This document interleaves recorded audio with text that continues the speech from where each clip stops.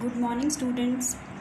Yesterday we have done receipt and payment account, and the next final account which is prepared by the NPO is income and expenditure account.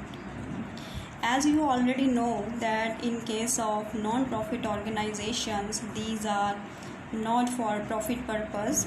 These are not set up for profit purpose. So profit and loss account cannot be prepared under it. The account which is prepared is known as the income and expenditure account. So what is the meaning of income and expenditure account, or what is the nature of it?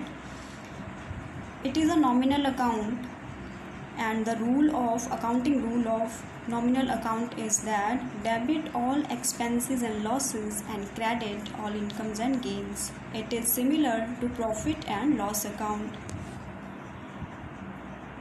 So all revenue expenses are debited and all revenue receipts are credited under it. It is prepared on accrual basis of accounting, and it is prepared to know the surplus or deficit at the end of the year. If the income is more than the expenditure, it is known as surplus, and if the expenditure is more than the income, it is known as deficit.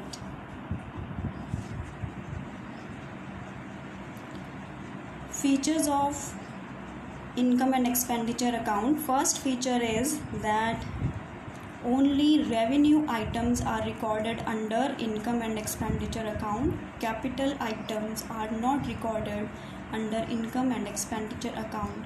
And where capital items are recorded? Capital items are recorded under balance sheet. Next feature is it is based on accrual basis of accounting, and according to the accrual basis of accounting, it considers all outstanding expenses and all accrued incomes if these are related with the current year. How it is prepared? We can see the steps to prepare income and expenditure account. So the first step is that to read the receipt and payment account thoroughly. Then exclude cash and bank's opening and closing balance from it. We do not consider these opening and closing balances because these are not incomes. And the next step is to exclude the capital receipts and payments. Capital receipts and payments will be considered in balance sheet, not in income and expenditure account. So the third step is, next step, focus on revenue receipts and payments, because from the receipt and payment account we have already excluded two things, that is cash and bank balance, and the next is capital items. So the next one is revenue receipts and payments, and while considering the revenue receipts and payments, we will exclude the amounts relating to the previous and next years, and include those items which are related with the current year, such as due but not received and due but not paid outstanding expenses and accrued incomes, etc. we will include under income and expenditure account. Next step is consider the items not appearing in the receipt and payment account. As we have yesterday already discussed it, that under receipt and payment account depreciation is not considered, but here in case of income and expenditure account, depreciation will be considered. Next, provision for doubtful debts will be considered, and profit or loss on sale of fixed assets will be considered. Provision for doubtful debts only if required, because in case of NPOs we have already discussed that only cash dealings are there. So I think there is no need of provision for doubtful debts, but if it is written in the question, then we have to consider it.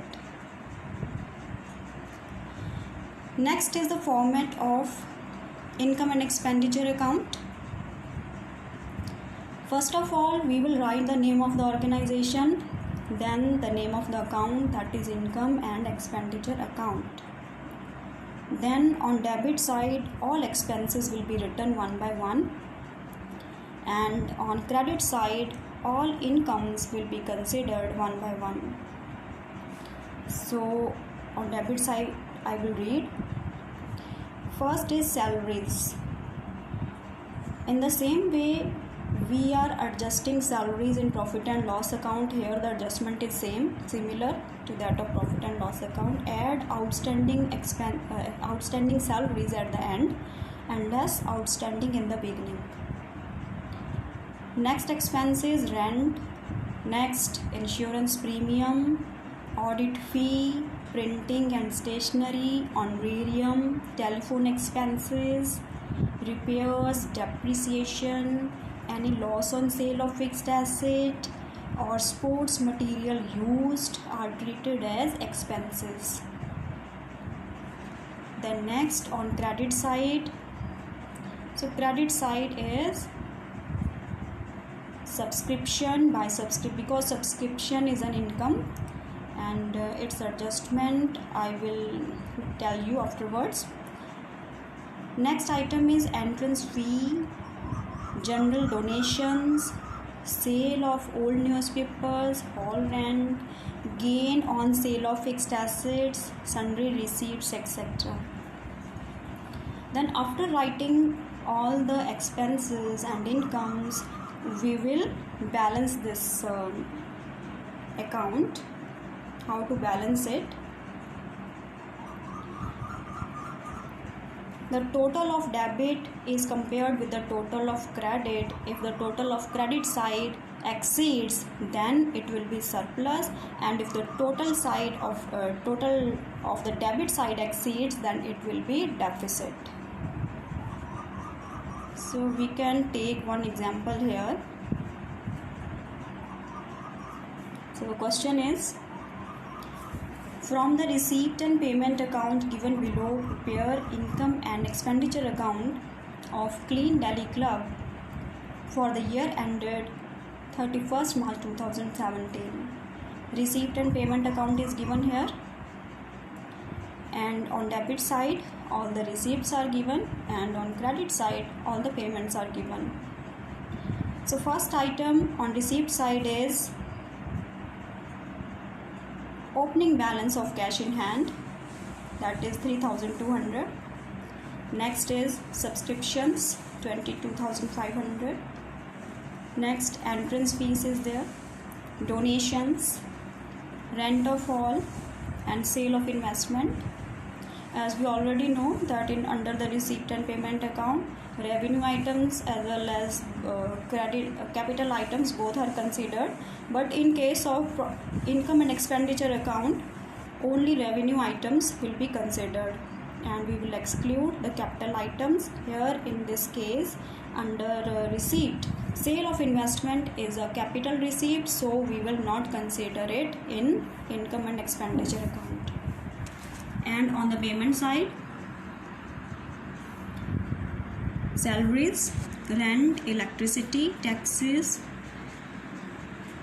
printing and stationery, sundry expenses, books purchased, government bonds purchased, fixed deposits with the bank.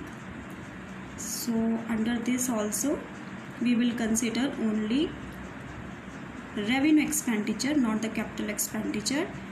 Books purchased is a capital expenditure, government bonds purchased and fixed deposit with the bank, these are also capital expenditure, so we will not consider it in income and expenditure account.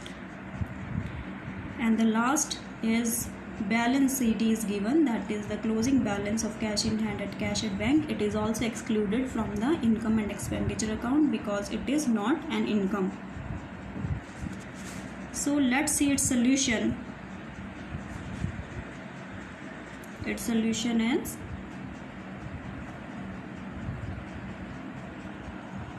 on debit side only revenue expenses are written, that is salaries, rent, electricity, taxes, printing and stationery, sundry expenses. And on income side, subscription, entrance fees, donations and rent of hall, these are all revenue incomes.